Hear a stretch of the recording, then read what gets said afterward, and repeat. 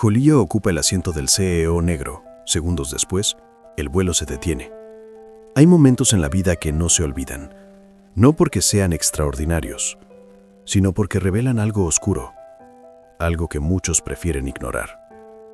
Este es uno de esos momentos.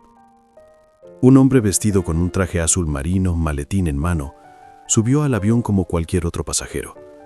Tenía su boleto, tenía su asiento, tenía su lugar. Pero alguien decidió que no. Alguien miró su piel y decidió que ese asiento no era para él. Lo que pasó después no fue solo un incidente aislado. Fue la clase de cosa que la gente dice que ya no sucede. Fue exactamente el tipo de cosa que sigue pasando todos los días. Y cuando ese avión se detuvo en la pista, nadie en ese vuelo pudo ignorar la verdad. Pero antes de contarte lo que ocurrió en esos minutos que cambiaron todo, necesitas conocer a Marcos, porque esta historia comienza mucho antes de ese avión. Comienza con un hombre que construyó su vida ladrillo a ladrillo, un hombre que llegó hasta la cima y aún así, en ese pasillo estrecho de primera clase, seguía siendo invisible para algunos. Quédate, porque lo que estás a punto de escuchar te va a sacudir hasta el alma. Marcos Adrián Fuentes tenía 42 años. Nació en una pequeña ciudad al norte de Colombia, en un barrio donde los sueños tenían que pelearse contra la realidad cada mañana. Su madre trabajaba limpiando casas ajenas durante 6 días a la semana.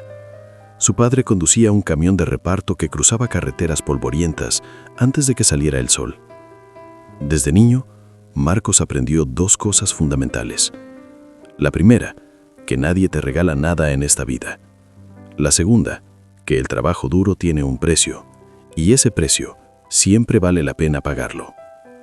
A los 16 años consiguió una beca parcial para estudiar administración de empresas en Bogotá. Trabajó en 3 empleos distintos mientras estudiaba. Dormía 4 horas en sus peores noches. Comía lo que alcanzaba con lo poco que le sobraba después de pagar el alquiler. Pero nunca se rindió. Nunca. A los 28 años cruzó el Atlántico con una maleta pequeña y un sueño más grande que cualquier océano. España lo recibió con su idioma, con su cultura, con sus oportunidades, pero también con sus prejuicios. Con sus miradas largas en el metro, con sus silencios incómodos en reuniones de trabajo, con sus preguntas que sonaban amables, pero cargaban algo más dentro. Marcos lo aprendió a ignorar, o al menos aprendió a actuar como si lo ignorara, porque en el mundo de los negocios, mostrar heridas no está bien visto. Y Marcos había decidido que ningún prejuicio iba a detenerlo. 14 años después de esa llegada con maleta pequeña y sueño grande, Marcos Adrián Fuentes era el director general de una empresa tecnológica con sede en Madrid. 400 empleados, operaciones en 12 países, una reputación impecable en el sector. Era el tipo de hombre que llenaba salas de conferencias con su presencia, el tipo de hombre que los medios de negocios citaban cuando hablaban del futuro de las startups europeas, el tipo de hombre que había ganado cada centímetro de su posición con sangre, sudor y años de sacrificio. Ese martes de octubre, Marcos tenía una reunión crucial en Barcelona, un contrato que podía cambiar el rumbo de su empresa para los próximos 5 años. Reservó el vuelo con semanas de anticipación. Primera clase, asiento 3A, ventana. No porque le gustara el lujo por el lujo mismo, sino porque necesitaba ese par de horas para revisar documentos, concentrarse, prepararse mentalmente para lo que venía. Llegó al aeropuerto Adolfo Suárez con tiempo suficiente, pasó el control de seguridad, tomó un café solo en la sala VIP, respondió 3 correos urgentes desde el teléfono. Cuando anunciaron el embarque, recogió su maletín de cuero negro, ajustó el cuello de su traje azul marino y caminó hacia la puerta de embarque. Todo era normal. Todo era rutina, hasta que dejó de serlo. El avión era un vuelo corto de Madrid a Barcelona, 1 hora en el aire si acaso, pero lo que esperaba dentro de esa cabina iba a durar mucho más que 1 hora en la memoria de Marcos. Cuando entró al área de primera clase, localizó su asiento sin problema. Fila 3, lado izquierdo, ventana. Era el asiento que había elegido y pagado. pero alguien ya estaba sentado ahí. Una mujer de unos 60 y pico de años. Cabello blanco claro, casi blanco, peinado con esa clase de precisión que solo viene de mucho tiempo libre y mucho dinero para gastarlo. Llevaba un traje color crema que combinaba con los tonos beige del asiento de cuero. Tenía los pies levantados apoyados con la comodidad de alguien que no espera que nadie le diga nada. Su expresión era la que considera que el mundo está organizado exactamente como debe estar. Marcos se detuvo frente al asiento. Miró el número en el panel sobre la fila. 3A. Miró su tarjeta de embarque. No había confusión posible. Con toda la cortesía del mundo, Marcos se dirigió a la mujer. Le explicó, en tono calmado y respetuoso, que ese era su asiento y que probablemente había un malentendido con el suyo. La mujer no se movió. Ni siquiera le miró directamente a los ojos al principio. Cuando finalmente lo miró, fue con esa clase de expresión que habla más que 1000 palabras. La expresión de alguien que ha decidido en una fracción de segundo que la persona que tiene enfrente no pertenece ahí. Le dijo que se equivocaba, que ese era su lugar, que seguramente el asiento de él estaba más atrás. Marcos, con la paciencia que solo desarrollan las personas que han tenido que demostrar su valor una y otra vez en espacios que no los esperaban, repitió con calma que no, que su tarjeta de embarque decía claramente 3A, que podía verificarse con la azafata si era necesario. La mujer no respondió verbalmente. Volvió la cabeza hacia la ventana, como si la conversación hubiera terminado según sus propios términos, como si la presencia de Marcos fuera un inconveniente menor que resolvería solo si lo ignoraba el tiempo suficiente. Marcos llamó a una azafata. La azafata revisó la tarjeta de embarque, comprobó el sistema, confirmó lo que Marcos ya sabía. El asiento 3A le pertenecía. Entonces ocurrió algo que Marcos no esperaba, o quizás sí lo esperaba. Quizá en algún rincón de su experiencia acumulada en tantos años de navegar espacios donde siempre era el diferente, lo esperaba. La mujer, con una voz que sonaba perfectamente controlada, perfectamente educada, perfectamente diseñada para sonar razonable, le dijo a la azafata que prefería que le asignaran otro asiento a ese señor, que tenía sus razones, que se sentía incómoda, que simplemente prefería no estar cerca. No dio más explicaciones. No hacía falta. El mensaje estaba en todo lo que no dijo. Estaba en la dirección de su mirada. Estaba en el tono de su voz. Estaba en la forma en que sus palabras construyeron una distancia que no tenía nada que ver con asientos ni con tarjetas de embarque. Marcos sintió algo que conocía bien. Esa especie de calor que sube desde el pecho cuando te das cuenta de que no importa cuánto hayas construido, cuántos países hayas cruzado, cuántas reuniones hayas liderado, cuántos logros lleves en el maletín de cuero que sostienen tus manos. Para esa mirada, eras exactamente lo que siempre fuiste en su cabeza. Nada más. La azafata, visiblemente incómoda, tartamudeó algo sobre buscar una solución. Algunos pasajeros de la primera clase comenzaron a mirar. El ambiente cambió. Ese silencio peculiar que se apodera de los espacios cuando algo injusto ocurre y todos lo perciben, pero nadie sabe qué hacer. Marcos no alzó la voz. Ese era su estilo. Siempre lo había sido. Pero tampoco se movió. Se quedó de pie, maletín en mano, traje azul marino, mirando el asiento que era suyo, con una calma que por dentro costaba más de lo que cualquiera podía imaginar. Y entonces, algo cambió. La azafata pidió un momento y desapareció hacia la parte delantera del avión. Regresó minutos después, y no volvió sola. Con ella venía el comandante del vuelo. Un hombre alto, uniforme impecable, expresión seria. Pero lo que Marcos no esperaba era lo que el comandante traía en la mano: la lista de pasajeros de primera clase. El capitán revisó los documentos. Confirmó sin margen de duda que el señor Marcos Adrián Fuentes era el titular del asiento 3A, primera clase, pagado en su totalidad, reservado con semanas de anticipación. Luego se dirigió directamente a la mujer con una voz tranquila pero absolutamente clara. Le informó que ese asiento pertenecía al otro pasajero, que tendría que moverse a su asiento asignado o que el equipo de tierra tendría que intervenir. La mujer mantuvo esa expresión de incomodidad calculada.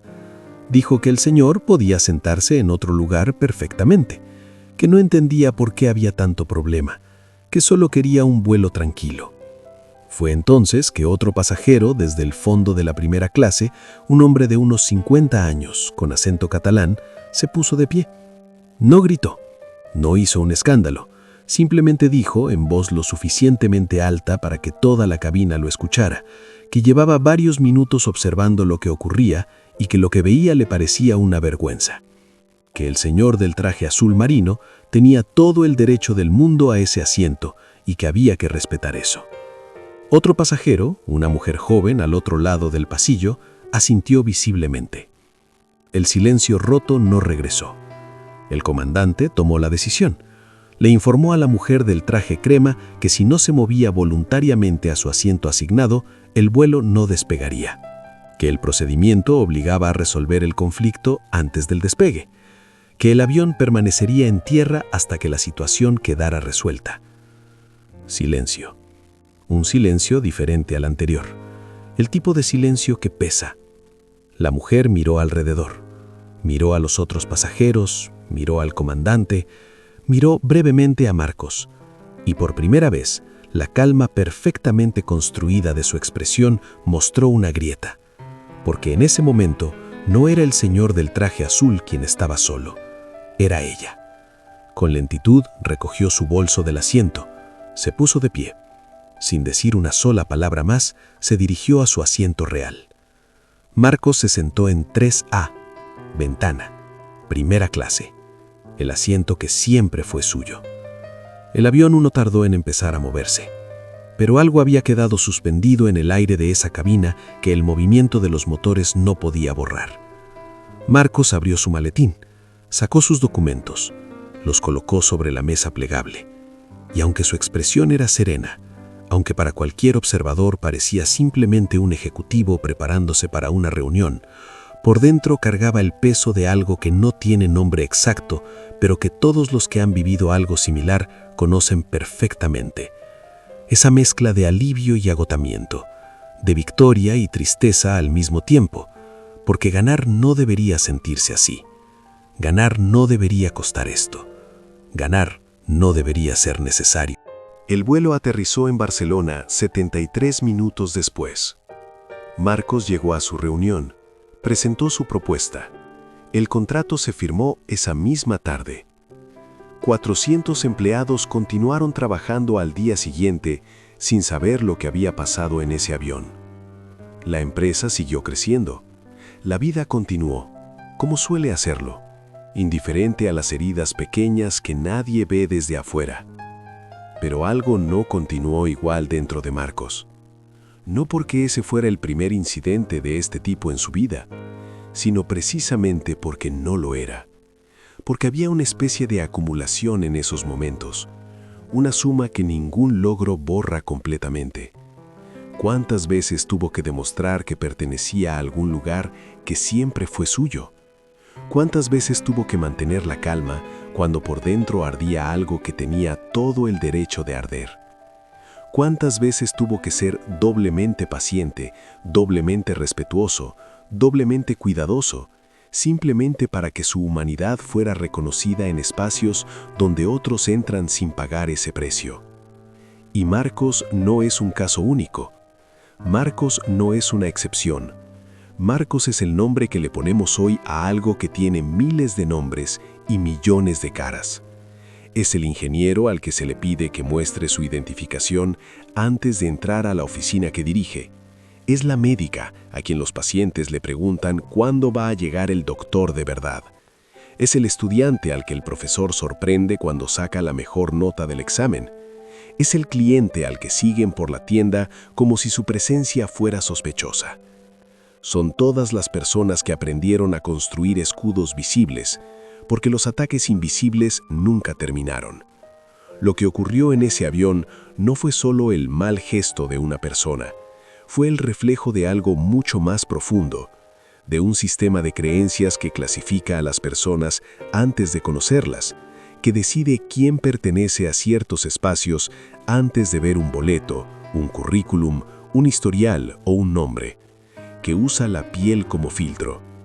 Y lo más doloroso no es el momento en sí, lo más doloroso es lo normalizado que está ese momento, lo esperado que se ha vuelto para quienes lo viven, la cantidad de energía que se consume cada día en anticipar esos momentos, en prepararse para ellos, en recuperarse de ellos. Energía que el racismo roba en silencio. Y sin embargo, Marcos se sentó en su asiento, y el avión despegó, y el contrato se firmó. No porque el mundo sea justo, sino porque hay personas que siguen avanzando a pesar de que el mundo no lo es. Y ese avance sostenido contra una corriente constante de obstáculos invisibles para quienes no los viven, merece ser visto, merece ser nombrado, merece que alguien se detenga y diga en voz alta lo que todos fingimos que ya no existe. El racismo no siempre llega con gritos o con violencia explícita. A veces llega con un traje crema y una expresión calmada. A veces llega en un asiento de primera clase. A veces llega en el tono de una voz que suena perfectamente educada mientras construye una pared que nadie más puede ver. Y la pregunta no es si esto ocurre. La pregunta es cuántas veces tiene que ocurrir antes de que dejemos de fingir que no ocurre. ¿Cuántos marcos tienen que existir antes de que el costo de ser diferente en ciertos espacios deje de ser tan brutalmente alto? ¿Cuántas historias tienen que contarse antes de que escuchar se convierta en actuar? Marcos llegó a casa esa noche, dejó el maletín en la entrada, se quitó el traje azul marino y por un momento, antes de revisar los correos del día siguiente, se permitió sentir todo lo que había mantenido bajo control durante horas. No como debilidad, sino como el acto más humano y más valiente que existe. Sentir lo que duele sin dejar que te detenga.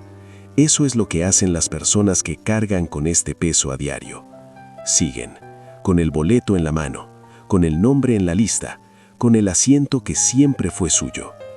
Y si esta historia te movió algo por dentro, si en algún momento de estos minutos sentiste algo que no sabías exactamente cómo nombrar, entonces ya entiendes por qué estas historias necesitan ser contadas. No para generar odio, sino para generar conciencia. No para señalar personas, sino para señalar patrones. No para provocar división, sino para construir la empatía que hace falta para que la división algún día desaparezca. Si este video te llegó, suscríbete al canal para ver historias así cada día. Dale like si crees que estas historias merecen ser escuchadas. Nos vemos en el próximo video.